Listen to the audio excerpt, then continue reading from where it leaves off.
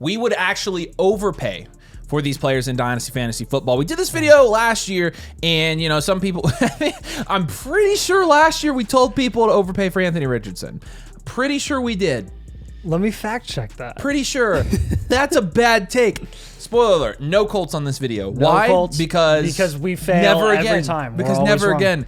But honestly, we had guys like T. Higgins on that video. Trey McBride was on that video. And so in the same vein, guys that we think we are confident enough they're going to go way up in value that we would pay. Like, not everybody, this is kind of the point of this. Not everybody's a buy low, right? It's not always buy low. Like, oh, we got to buy the dip, buy low. A lot of times you just buy at the price they are because you think they're going to go up in price or because you think they're going to return on price. Like, that's what this is. And so overpay, we're not saying give up your entire team or be stupid about it, but what we are saying is, we would give up what they're worth or more. And one of the guys that I want to kick this off with, and Nathan questioned me on it, and so I want Nathan to question me in front of all of you, is CD Lamb. Or CD's nuts, as people would say. Who is it? Some goods and bads. Okay, so let's hear last year's. Numero uno, Puka Nacua. Okay. Knox. T. Higgins. Knox. Dalton Kincaid. Okay, so we wonder why I hate Kincaid. That's the reason. And then bad run. Kendra Miller, Deebo Samuel, AR, Goff, Knox. Good. Jermaine Burton.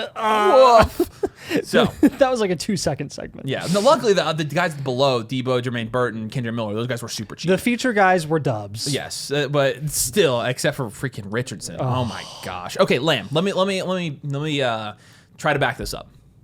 When I look at CD Lamb, really when I'm looking at, the wide receiver landscape as a whole, and we talked about this, if you haven't checked out the Dynasty Startup Draft Strategy video we released a couple days ago, you should, because we talk a lot about the changing Dynasty landscape in terms of wide receivers versus quarterbacks, okay? So with CD, he is one of those top tier receivers. In fact, I look at CD, Jamar Chase, and Justin Jefferson, and I put them all in the same tier. I really do. And Malik Neighbors is getting there as well. And I think you could make the same argument for Malik Neighbors. But in that video, we made some pretty important points, but this was probably the most important point made by Nathan that I think actually applies here. Because I'm looking at CD, and when I see the deals go down for CD that I do for Jamar Chase and Justin Jefferson, you're getting CD a little bit cheaper, honestly. Jefferson and Chase, from a price standpoint, even though in startup drafts these guys are only going at most 4 picks apart, you are typically seeing higher prices fetched for Jefferson and Chase than you do CD Lamb. And so even with CD Lamb being this much cheaper, and maybe in your league he's not. Every league is different. Know your league. If you're playing Cowboys fans, he's not. If you're playing with Danny, he's not. But if in your league there is even the slightest difference that people view CD Lamb versus Jamar Chase and Justin Jefferson, I will buy CD Lamb because I think from a production standpoint, number one, we are 2 years removed from CD Lamb having one of the best, I can't remember if it's the best or the second best, wide receiver fantasy season of all time, ever, period. He was elite. Last year, he didn't have Dak the entire year for the most part. But this year coming back, I mean, there's no reason to be not be super high on CD Lamb, not to mention you bring George Pickens in there, and I think it helps CD.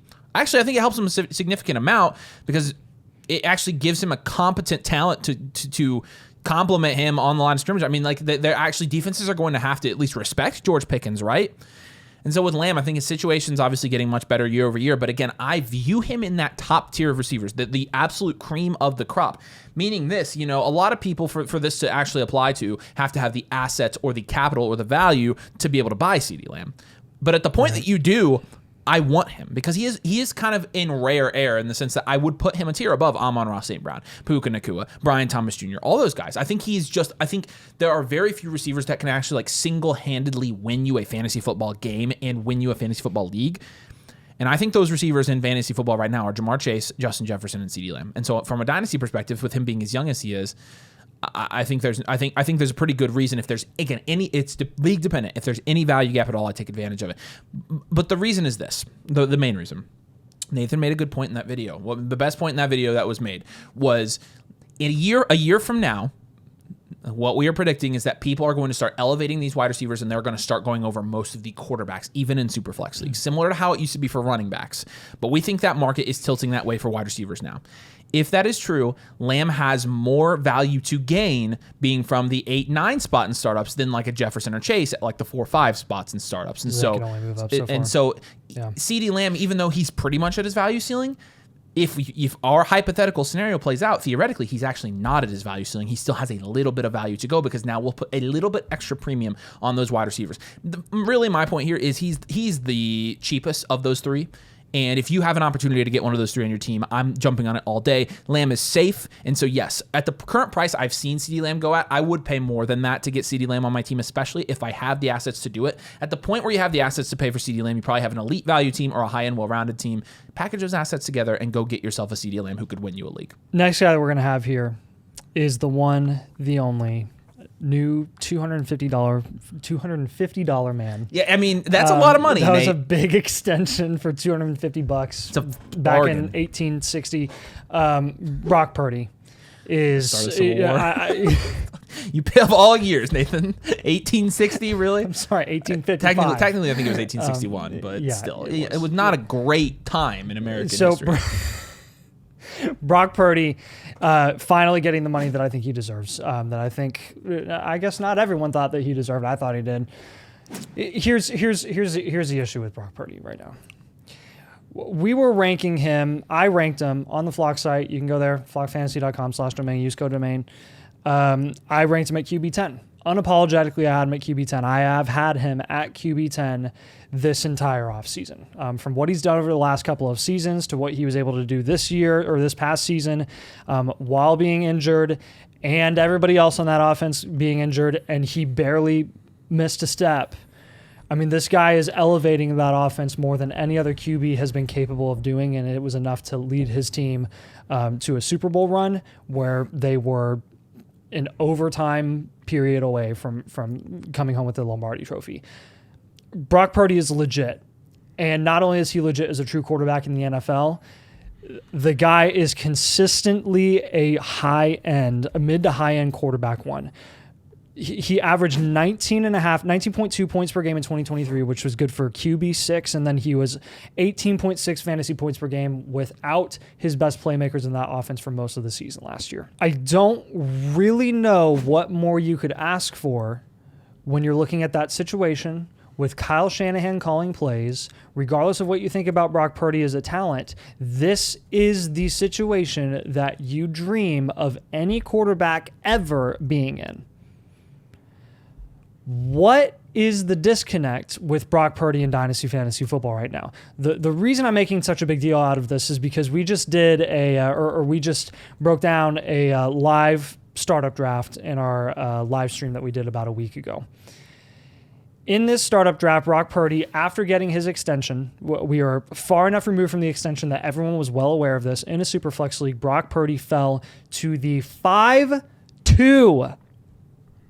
That's Brock Purdy going at the 5-2 post-contract. I mean, that's the low end of where Purdy was going before he even got signed, and nothing about that situation has changed. I understand every league is different. Your league valuation of Brock Purdy might be different. It might be higher than where he went in this specific startup draft. We've seen him go late third round. I mean, fifth round pick alone. I just mentioned late third round, mid third round. If Brock Purdy were not a seventh round Mr. Irrelevant pick, Brock Purdy, with his production profile over the last couple of years, would be a mid-second round pick going where Caleb Williams and Drake May are right now. That is a fact. And how do I know this? What did CJ Stroud do as a rookie as a second overall pick in the Houston Texans offense last season? He was a low-end quarterback 1. This season, he was a mid quarterback 2. And what's his price right now? It's an early third round pick in Dynasty startup drafts and Superflex formats. I don't know what other reason there is to have Brock Purdy ranked as low as most people do. And I understand the concerns about his upside and his ceiling. I mean, we've been the first ones to talk about the value of quarterbacks and how it's fluctuated year over year, and how you're probably going to see even more of a dip than what you've seen right now, and more of a gap between the rushing upside guys in the first round of startups versus the rest of the field. I get it. With Brock Purdy, there is admittedly a cap ceiling that you're not going to see with some other guys who have higher opportunity like May, like Hurts, who are probably going to maintain their value a little bit better. All that to say, you should value the consistency at least a little bit. I mean, I heard someone comment like, why would I want a guy who only averaged 18 points per game as a quarterback? Why would I want a wide receiver going in the same price range in Zay Flowers, who went right after him in the 5th round, who averaged 12 points per game last year?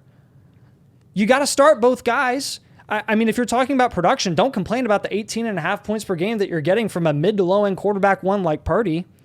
I mean, we've been preaching wide receiver or majority wide receiver in the first couple of rounds of startups recently. And when you're making deals, when you're making trades as a rebuild or a reload, when we do team blueprints, build up wide receiver so that you have that flexibility and that leverage when you have to wheel and deal and make a ton of moves to build small value wins, right? What better way to approach a startup draft than to load up on wide receiver for the first couple of rounds and then get Purdy in the 4th or 5th on a $250 million deal? There is truly almost no better pick that you could make in startups. There's truly almost no better quarterback that you could target when you're making trades in your league than Brock Purdy if you're getting him at these prices right now. So please take advantage. We can help you with buys for your specific dynasty team when you get a team blueprint. Nathan and I are doing these all personally. We can help give you a second opinion on your team and tell you which moves you should make that are specific to your dynasty team, because every team is different. You can get one for free when you come join the site. You also unlock the entire domain community, our Discord. You unlock all the tools that we offer. Infinite Blueprint, a new blueprint every single month to go along with that. So it's the best bang for your buck. And also, again, we can get you that personalized team review. So want to get your dynasty team looked at, flockfantasy.com/domain, code domain to unlock all of our perks. But we would love to have you over there. Another guy that I'm comfortable just saying I'll straight up pay more than he's worth is Rashee Rice. Straight up, I will. Rashee Rice, obviously only played 3 games last year, 3 full games, and then Pat Mahomes swan dived into his knee in game 4. But in the 3 games we did see before the swan dive, I mean, it was pretty good from Rashee Rice, right? Just looking at his splits in these games, 9, 6, and 14 targets, and then 17, 18, and 29 points in those games. Rashee, he obviously is 25 years old. He's had some legal issues. He only played was his 2nd year in the league after a pretty solid rookie season.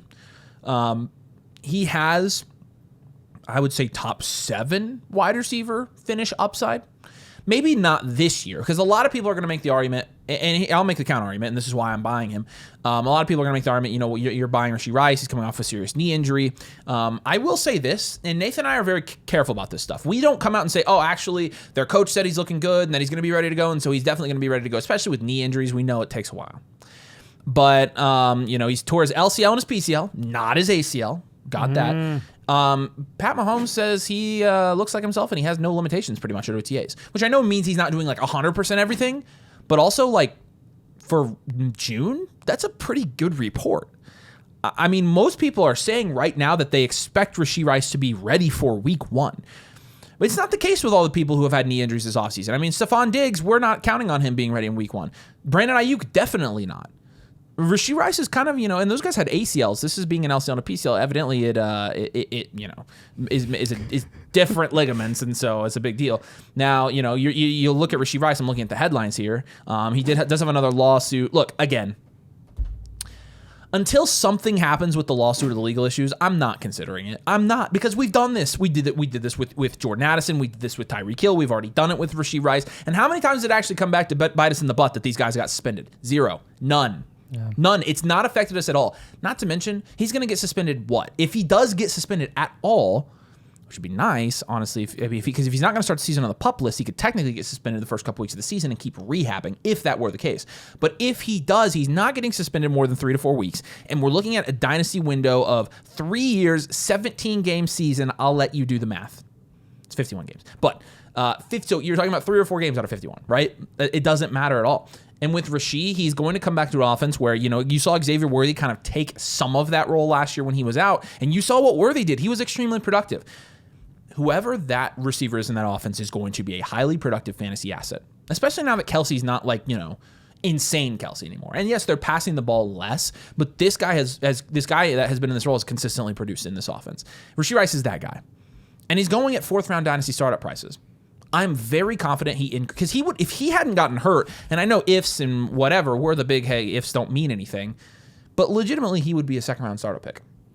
He would. He absolutely And so would. I think it's pretty easy to see a scenario where Rashee Rice increases in value. I will take my risky chance that, he increases value year after injury, but I I don't feel that bad about it. I own a lot of Rashee Rice. I've bought a lot of Rashee Rice. I've drafted a lot of Rashee Rice, and I will continue drafting a lot of Rashee Rice. Thank you very much, because I think he's one of the better values in Dynasty right now.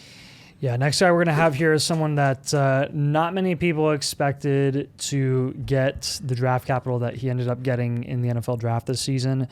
And it ended up being quite a hot topic of conversation for a while with all of our rookie content and where RJ Harvey really should be priced with where he ended up going as a 23 going on 24-year-old rookie prospect. And you guys have heard my spiel with RJ Harvey and saying, if you're not going to trust the draft capital, if you're not going to trust him as a talent and a prospect and all that stuff, at least trust the NFL head coach who drafted him and has had monumental success at the running back position back in New Orleans, with obviously going with Alvin Kamara and all that stuff. And I'm not going to go that route again, because I don't want to just make the same point every single time. I want to look at this from a different, less biased perspective. I'm going to go back to the bakery here, because I think it just makes the most sense to break it down this way. Age aside, which again is going to have an impact a little bit on his bakery score, but again, regardless of that, let's just look at the guys that he's going that he's going around in the same tier. I mean, Quinshon Judkins, his bakery score is in the same tier, in that yellow tier, just a few spots above RJ Harvey. Quinshon Judkins right now is being valued right around where Henderson, Kyron, and JT are going right now, as he should be, because he is the running back one in the Cleveland Browns offense. He was drafted to replace and to match what Nick Chubb was able to do in that offense for years and years. RJ Harvey, same amount of draft capital. He goes late second round to the Denver Broncos, which is a better situation, mind you. His analytical profile, nothing about his prospect profile, nothing about his age, nothing about that is going to knock him to a point where he is not going in the same range analytically as Quinshon Judkins is. He is back-to-back with Trey Benson as a prospect. He is right there with Tootin and Scadaboo, who a lot of people are very excited about. David Johnson, all the way back in 2015, was graded in this range. If you really wonder about historically what the hit rates in these tiers are, David Montgomery in 2019 was here. Bucky Irving last year was here. Ramondre Stevenson in 2021 was here in this range. Kareem Hunt, who I just mentioned, the Browns offense, was there. Alvin Kamara, oh, by the way, the same Alvin Kamara that Sean Payton drafted quite a while ago is also in this tier. There are a number of guys in this tier that have hit, and I'm not saying that RJ Harvey is a certified guaranteed stud that's going to hit and dominate at the NFL level. I'm not saying that it's a guarantee. No, nothing's a guarantee when it comes to rookies and prospects or anything like that. People can say, I promise you, I swear it's going to happen, and then they end up being right about that one player, and they're like, I told you he was never going to bust. He was never going to do that. Meanwhile, they fail to talk about the guys that they were wrong about, right? RJ Harvey, we could end up being wrong about. I'm playing the value game with RJ Harvey right now, and who else is there? Audric Esme is there. Jaleel McLaughlin is there. Nobody. There's nobody there. Nobody. And they didn't invest heavily in at the wide receiver position. That passing game isn't going to look much different than it did last season. What they missed and what they wanted, what Sean Payton really, really wanted, more than a wide receiver, was a running back, because he spent that second-round pick on a running back when they had so many needs elsewhere. I promise you, they plan to run the crap out of the ball, establish themselves in the trenches with RJ Harvey. And he, at the very least, is going to get usage. How he's going to capitalize and take advantage of that usage and opportunity, I don't know. I'll call my shot and say, I think he's going to do pretty well, because you can't really do that poorly with Sean Payton, unless I guess you're Javonte Williams and your knee shot. But I mean, come on, guys. I look at his price right now and where he's going. The cheapest second-round running back that I've probably ever seen. It's the cheapest one I've ever seen. It's by far. I mean, he's value equivalent to guys like James Cook, who's at the end of his spot. He's gone up a little bit. He was back to back with Derrick Henry, Zay Flowers, Jamison Williams. A lot of receivers here, right? And I think that's another thing to highlight in Dynasty right now. We talk about why we talk about investing in wide receiver at the top, right? Investing in wide receiver in the first few rounds of a dynasty startup, if you're a rebuild or a reload trying to lock down a couple of cornerstone wide receivers who have high value upside. The reason that we have you do that is because once you get past that teardrop of T. Higgins and Rashee Rice and Rome Odunze, it is a bare landscape where you're kind of just scraping by and trying to see if you can get some sort of competitive advantage over your league mates with these wide receiver 3s and 4s. Like, what competitive advantage really is there in owning a Zay Flowers versus a JMO versus a DK versus a Waddle versus a DJ Moore, a Pearsall, like an Ayuk? There's not that much.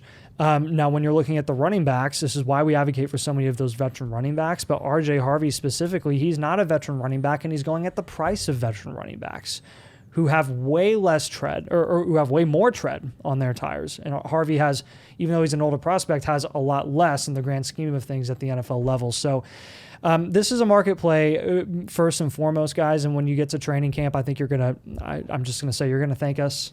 Once you see all these training camp highlights of RJ Harvey doing really well, he's not going to be as cheap and affordable as he is now. I actually rarely would say this. I 100% guarantee he goes up in value. 100. Unless he tears ACL or something in training camp, he's going up in value. Yeah. James Cook, actually, you said he was probably he was actually fairly cheap when he got drafted into the league. He was probably RJ Harvey's price. Maybe the other guy. Yeah, I was going to say, and honestly, James Cook returnal value a ton. So yeah. I need you to pull up his contract, the next guy we're talking about, because you're the contract guy and you read that better than I do. But Derrick Henry is the next guy here. Yes, he's an old, crusty veteran. I get it. I know, I understand, and I know it's not sexy. But do keep in mind that people have been predicting the fall off of Derrick Henry now for 5 years. 5 years ago, it was, let's get out on Derrick Henry 1 year early. And then the year after that, it was like, okay, this is the year. Let's get out of Derrick Henry 1 year early. 3 years ago, let's get out on Derrick Henry this year. It's going to be 1 year early. It's going to have to happen eventually. 2 years ago, okay, this is the year. Let's get out on Derrick Henry early 1 year before everybody else. Last year, it was like, okay, this is the year. He's not going to do anything. Let's get at this point, with the price especially that he's actually being, I mean, what ADP-wise, that's 6th, 7th round? Yeah. He'll die on my roster. Guys, because how many points per game did this man average last year? You're not going to find a more insulated veteran at 31 years old, and that's a fact. Not to mention with the contract insulation, this year the cap hits $8 million. If they cut him, it's $28 million. Next year the cap hit is $5 million. If they cut him, it's $20 million. 2027, $16 million cap hit. If they cut him, $14 million cap hit. They're not cutting him to save $2 million. He is locked in through 2027. We talk about 3-year outlooks in Dynasty Fantasy Football. You are guaranteed 3 more years with Derrick Henry on the Baltimore Ravens run-heavy offense. And this is the kicker. At flex spot prices, he is the best flex spot player in Dynasty. Absolute best. Not close. Not close. Find me another player that's returning as much production at that price. It's Chris McCaffrey when he's healthy. But here's the thing about Henry. Like, Henry, number one, has stayed healthy. He's not a human, guys. Like, he's not. He played in our division for years and years, and we watch him. But we used to joke about Henry being a unicorn. Not even joke, but just like, yeah, he's a unicorn. Like he's really good. No. Derrick Henry is the unicorn. Derrick Henry should change his last name on his jersey from Henry to Unicorn. Derrick Unicorn. He is Derrick Unicorn. Put a unicorn on the screen. Yes. Okay, but we talk about this, and one thing you do notice about Derrick Henry as he's getting older is he's losing that, the finishing speed, right? Especially in the long runs. Finishing speed, my butt. 5.9 yards per carry makes up for it. Nathan, he's first in breakaway runs in the NFL. He's first in explosive rating in the NFL, the entire league. The dude is 31 and a half years old in last year. 8th in opportunity share, 22nd in the league among running backs in snap share, 2nd in carries. He was 2nd in rushing yards, 2nd in touchdowns, 4th in fantasy points per game. He was 2nd in true yards per carry, 3rd in yards per touch. He was 6th in evaded tackles, again, 1st in breakaway runs, 5th in yards created. He is 31 and a half, Nathan. Guys, there's no way around it. I mean, the Ravens have found the blueprint to sustain success for an older running back, for someone who already is a unicorn like Derrick Henry. That snap share is music to my ears. Around 50% snap share 58%. all year long for a 31-year-old running back. Give it to me and keep giving it to me for the next 3 years, please.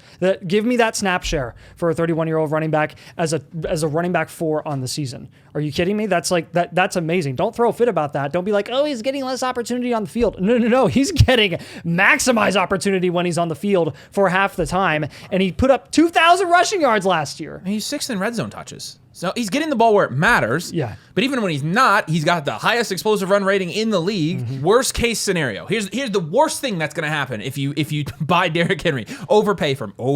Okay, I have the 7th round dynasty pick on my team, and he's 31.5, and I just picked him up, and he tore his ACL. Darn. I don't care. If your dynasty team is good enough to be contending, you should. Here's a general rule of thumb for contending dynasty teams. You need to have enough value to eat a 7th round worth startup pick in value. Yeah. If you really are contending from a value standpoint, if you have enough value to contend, then eating a 7th round pick should not break you.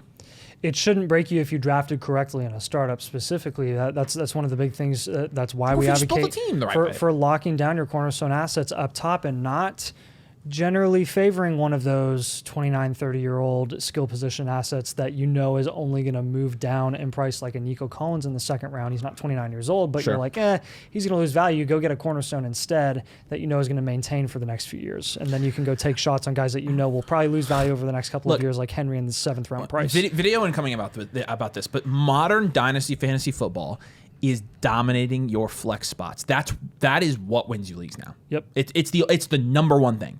Yep. This guy does it. He wins you the league at your flex spot because you don't have, from a value standpoint, you can have 2 other running backs ahead of him. You can have a running back room. This is very common with people with 106, 107 rookie picks this year of Travion Henderson and then Kyron Williams and then Derrick Henry in your flex spot.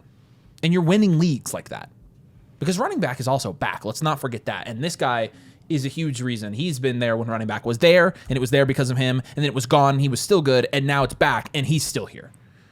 Next guy, I just name dropped, didn't I? I was going to say, it's pretty cute that you just mentioned Travion Henderson because my turn to talk about Travion Henderson. The rookies today. I would overpay for Travion Henderson for this reason and almost this reason alone. He's going in the 4th round of startups right now, being valued again in that range where Hampton is already being valued at the 2-3 turn, both in situations where they're going to be run-heavy offenses. And from a prospect profile perspective, they are very, very similar. And I understand that you probably have more of a quote-unquote guaranteed hit in Omarion Hampton, who's in the blue tier of the bakery, right there with Fournette, JT, ETN, Dalvin Cook, Breece Hall, and Melvin Gordon. Henderson is in that green tier below the blue tier where Hampton is. He unfortunately is in the company of Joe Mixon, Caleb Johnson, Derrick Henry, Devon Achane, Kenneth Walker, Josh Jacobs. I know it's a big disappointment that he's actually in that tier, which is not as guaranteed. And now, granted, J.K. Dobbins is in that tier. He's pretty good when he wasn't injured. The big miss in this tier is Jonathan Brooks so far because he tore his ACL and then tore it again. So, when you're looking at the hit rates, the guys who maintained or increased in value significantly in the green tier compared to the blue tier, I guess you could say that you had more long-term sustained success from the blue tier guys. But we're playing Dynasty and we're playing the value right now. We're playing the market. What are the chances that Omarion Hampton skyrockets up boards more than Travion? Or what are the let's try it this way. What are the chances that Travion Henderson doesn't move up boards as much as Omarion Hampton is capable of doing in a Mike Vrabel offense? Guys, I don't know if you remember, but Mike Vrabel kind of started the Derrick Henry thing. And no, Travion Henderson isn't a Derrick Henry. Travion Henderson is one of the best pass pro guys that I have ever seen out of a college running back prospect. And not just me. Don't take me into account. Listen to the pro scouts. Listen to the New England Patriots. Listen to Mike Vrabel. Listen to Andy Reid, who thought about drafting Travion Henderson in the 1st round. Travion Henderson is built to play in the modern day NFL. In contrast to someone like Derrick Henry, who has limited snap opportunity because they basically only put him in the game when they're going to hand them the ball off, Henderson's going to get so much opportunity and so many snaps on the field because he's going to be doing pass pro. He's going to be getting dump offs from May because he's a receiving running back, and he can run the heck out of the freaking football. From a prospect perspective and where he ranks in the bakery right now, his price range, one of the best things that you can do when you need a little help and you want to optimize your flex spot upside, just take the extra value that you get on top of Travion Henderson by down tiering from Omari and Hampton and get pretty much the same hit rate opportunity. That's the reason that I would overpay for Travion Henderson, because at the end of the day, if it weren't for the draft capital and where they're currently being valued in Dynasty, in a vacuum, I don't see much of a difference between Hampton and Henderson. So the argument that people are going to make against you, which I'm going to make it right here and then we're going to debunk it, is you talked about getting all that opportunity, the snaps or the dump-offs. Well, Mike Vrabel said that Ramondre is important to what they're doing in New England. Yeah, so we hear this every year, and there's a lot of politics that go into what these coaches say heading into training camp. Number one is keep the pressure off of the rookie prospects that you're bringing into the NFL. The last thing that you want to do, unless you're Sean Payton having to talk up someone who's being torn down like Bo Nix. I've never seen that before for a first-round quarterback like Bo Nix. He literally had to talk him up.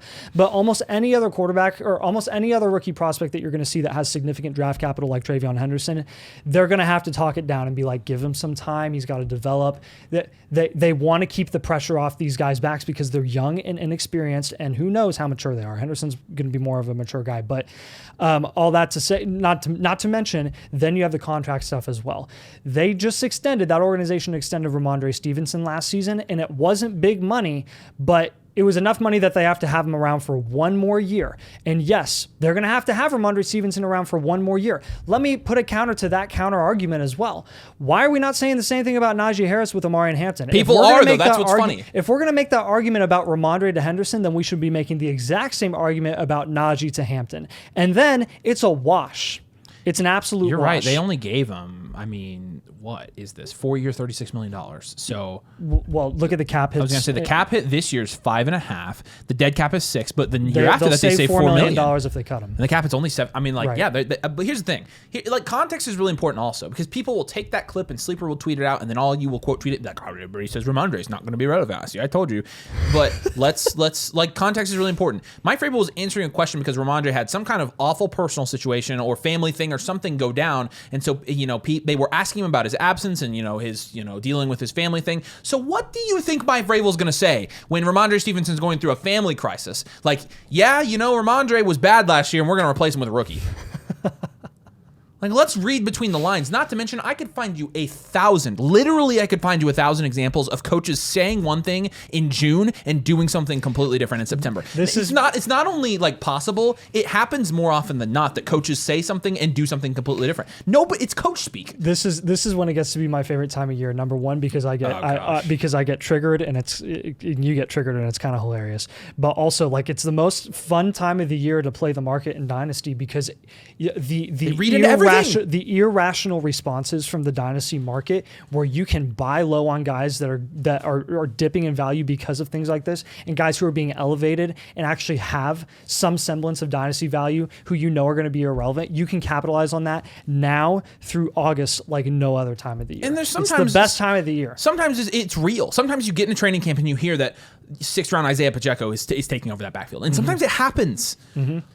But we've been around long enough to know the fluff from the substance, and you can generally tell. There is zero chance that wasn't fluff. Even if Ramondre does have a role, look, it's going to be a committee backfield. I'm not arguing that. Ramondre is going to get snaps and he's going to score some fantasy points. But when I'm looking at who's going to be the most fantasy productive back, the guy you want there on your fantasy football and your dynasty fantasy football teams, it's not even close to Travion Henderson. This one's we're calling a shot on. This is the one we could look back on like we looked at Anthony Richardson last year and we're like, ooh, yeah. But honestly, I don't feel that bad about betting on a top 10 wide receiver talent in Rome Odunze. I don't. And this is risky because a lot of people at this point are looking at the Bears' offensive situation and they're basically just like, you know what? I'm avoiding it. And I don't blame that approach because you look at it and there are a lot of mouths to feed, right? DJ Moore obviously was, from a target share standpoint last year and from a production standpoint in fantasy, an elite wide receiver. Keenan Allen also got a pretty good target share last year. Rome Odunze didn't really do much last year for the most part, but didn't do nothing. But you've also got, take Keenan out of the picture. Still DJ Moore, still Rome Odunze. You add Luther Burden to that offense. You add Colston Loveland, a top 10 tight end pick to that offense. And you bring in Ben Johnson. Now, I do think there's a lot of production to go around. We've seen plenty of offenses with a tight end, 2 receivers produce, especially without a dominant running back. But with Rome, I'm just not done. I'm just not done betting on him. I guess I'm just going to die on the hill. Because, and I think Nathan's here as well, we really liked Rome Odunze, the prospect, like really liked him. And a lot of people will come onto our live streams and be like, okay, actually Rome is like a locker room, like hindrance. He's not really, like every report that's come out of that locker room completely detracts. It's not even close. So from a skill set standpoint, I think we talked about this on DFF a little bit, but I think Caleb Williams and Rome Odunze, I still think them coming into the league together means something. I still think Rome Odunze could be the wide receiver 1 in that offense this year. I love DJ Moore. DJ Moore is in his prime. I'm telling you, at some point, it's going to be Rome Odunze, and I think it could be this year. And so I'm betting essentially that him going in the mid 4th or really 5th is a price where we're going to look next year and be like, oh, wow, he does have his perception now. And I'm pretty sure it was a mixed bag, but I want to check just real quick while we're live. And it's going to make me log in. I'm going to log in. Don't steal my password, everybody. It's definitely not 6969-420. Here we go. It's honestly freaking, I mean, for the utilization he had, it's not bad at all, right? Against man coverage, 71st percentile, zone 52nd. Press coverage, 87th percentile. And so it says 58% of his snaps on the line of scrimmage, 41% off the line. He was in the slot for 34%. He was outside 61% of the time. But, I mean, Matt Harmon says in the write-up he's still completely comfortable betting on him. And the environment's going to get better. And that's a huge thing, right? You lose Keenan Allen and the environment gets better, right? And so we're looking at that. I think Odunze is somebody that, I mean, at this point, we'll just die on this hill. Because I believe in the talent. I'm betting on the talent. I'm betting that the situation is going to be better. I'm betting that Caleb Williams is going to throw him the ball more. I think he can be, I think he could increase in value. If he's going here now, after what he did last year, I think people still do believe in him. And I think that this year could be the year that he does become the wide receiver 1 there in Chicago. So there you go. Longer video because we're passionate about these guys. And also, the Derrick Henry thing is just stupid, and you had to talk about that a little bit. But make sure you drop a like if you enjoyed this video. Make sure if you play Dynasty Fantasy Football, you're subscribed as well. Again, we can give you personalized fantasy advice for your team, for your Dynasty Fantasy Football team. Flockfantasy.com/domain. I got the link down there in the comments, but we'd love to have you join the community. We appreciate you guys. Thank you so much for watching today, and we'll see you later.